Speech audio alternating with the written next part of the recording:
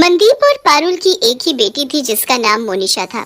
मोनिशा बेहद ही शरारती लड़की थी। उसकी शरारतों की वजह से पारुल को मोनिशा के कई स्कूल चेंज करने पड़े थे। एक दिन जब मनदीप ऑफिस से घर आता है तो पारुल मनदीप से बोलती है, अजीब, मैं तो दुखी हो गई हूँ इस लड़की की शरारतों से। इसकी शरारतों की वजह से एक साल में 3 स्कूल बदल चुके हैं। अब आप ही बताइए कि क्या किया जाए इस लड़की का। ओहो श्रीमती जी, आप इतना गुस्सा क्यों होती हो मेरी लाडली बेटी पर? अजी, आपके ही तो प्यार का नतीजा है जो ये इतनी शैतानी करने लगी है। अरे शैतानियां तो छोड़ो, अब तो ना जाने ये कैसी कैसी कहानियां बनाने लगी है। अजी, आप इससे कह दो कि अब मैं जिस भी स्कूल में इसका एडमिशन कराऊंगी इसे उसी में पढ़ना होगा। और हाँ, अब अगर इसने स्कूल में कोई शैतानी की ना तो मैं इसे फिर किसी स्कूल में नहीं भेजने वाली। आपकी मम्मी ने जो कहा वो सुन लिया ना मोनिशा बेटी? हाँ पापा, मैंने सब सुन लिया। अरे मम्मी के ताने सुनने से अच्छा है कि स्कूल ही चले जाओ। फिर अगले ही दिन पारुल पास ही के एक स्कूल में मोनिशा का एडमिशन करा देती है। मोनिशा भी खुशी खुशी अपनी क्लास में जाकर बैठ जाती है। कुछ ही देर में क्लास में नीलम मैम आती हैं और मोनिशा को देखकर उसे अपने पास बुलाकर बोलती हैं, अच्छा तो तुम ही हो न्यू स्टूडेंट मोनिशा, मगर तुम्हारी मम्मी तो बोल रही थी कि तुम बहुत ही शैतान और शरारती लड़की हो, इसलिए तुम्हारा जरा अच्छे से ध्यान रखा जाए। मगर तुम तो बहुत ही अच्छी और प्यारी लड़की हो। अब आप ही बताइए मैम कि शरारतें बच्चे नहीं तो क्या टीचर करेंगी? हाँ, मैं थोड़ी तो शरारती हूँ, इसलिए मैम आप जरा बचकर रहना मुझसे।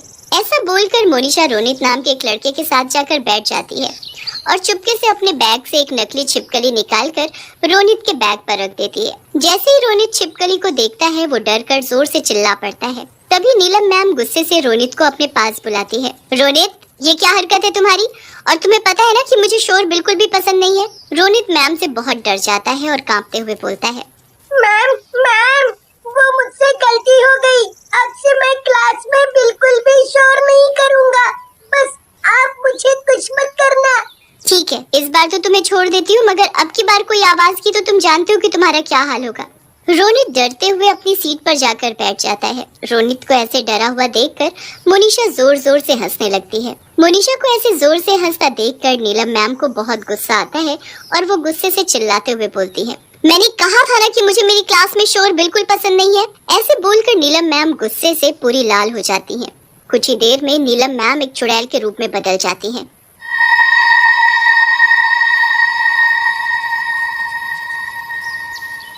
मैम को चुड़ैल के रूप में बदलता देखकर मोनिशा के होश उड़ जाते हैं। अब तो तू गई काम से, क्योंकि मेरी क्लास में शोर करने की या शैतानी करने की किसी को भी इजाजत नहीं।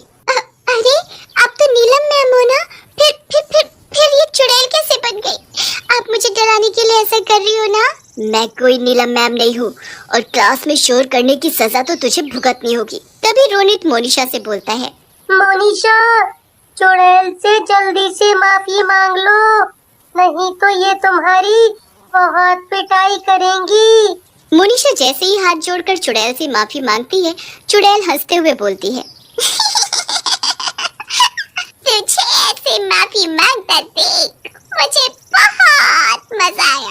पर एक बात ध्यान रखना, अगर तूने किसी को भी बताया कि मैं एक चुड़ैल हूँ तो तू जिंदा नहीं बचेगी। मोनिशा जल्दी से अपनी सीट पर बैठ जाती है कि तभी चुड़ैल भी फिर से नीलम मैम के रूप में बदल जाती है और बोलती है, अरे मोनिशा, ये तुम्हारे बालों को क्या हुआ? अभी कुछ देर पहले तक तो बिल्कुल ठीक थे, और तुम इतना घबराई हुई क्यों हो? किसी ने कुछ किया क्या तुम्हारे साथ? कुछ नहीं मैम, मैं ठीक हूँ।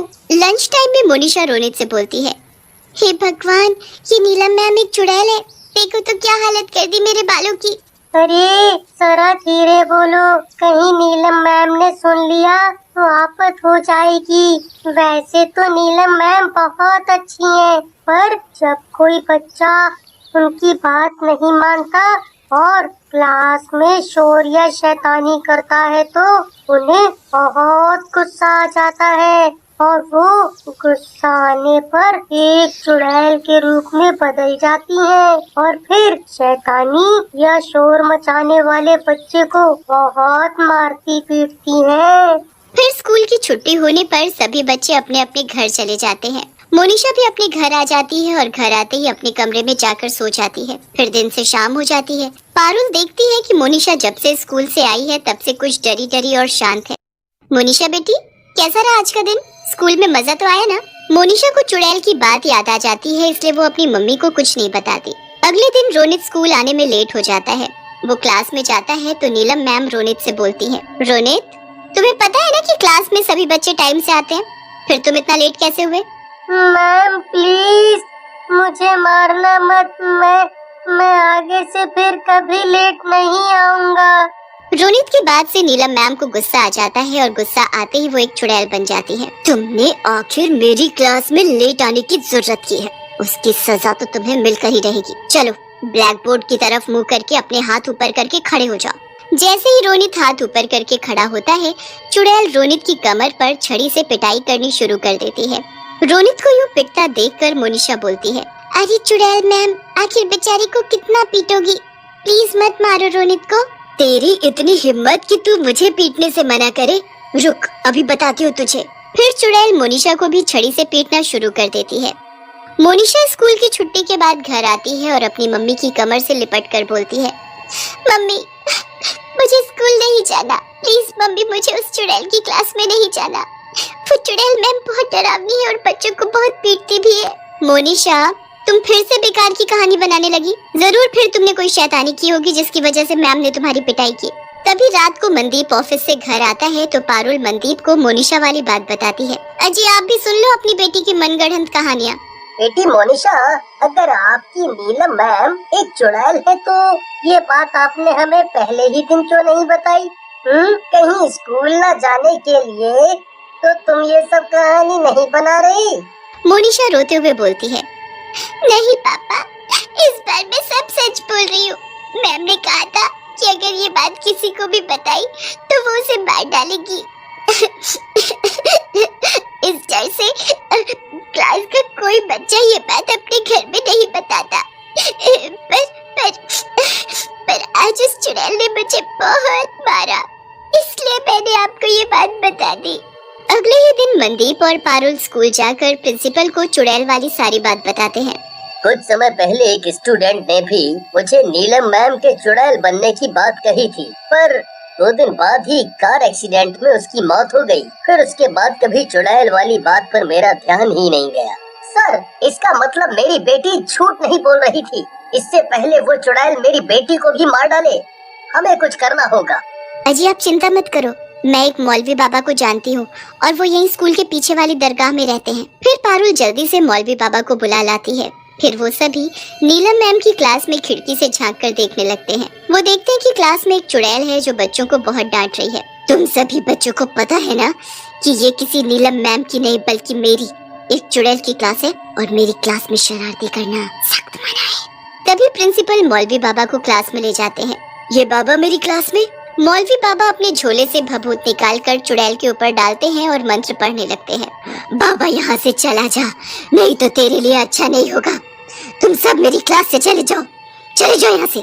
इसे देखते ही मुझे पता चल गया है कि नीलम मैम पर एक बुरी आत्मा ने कब्जा कर रखा है।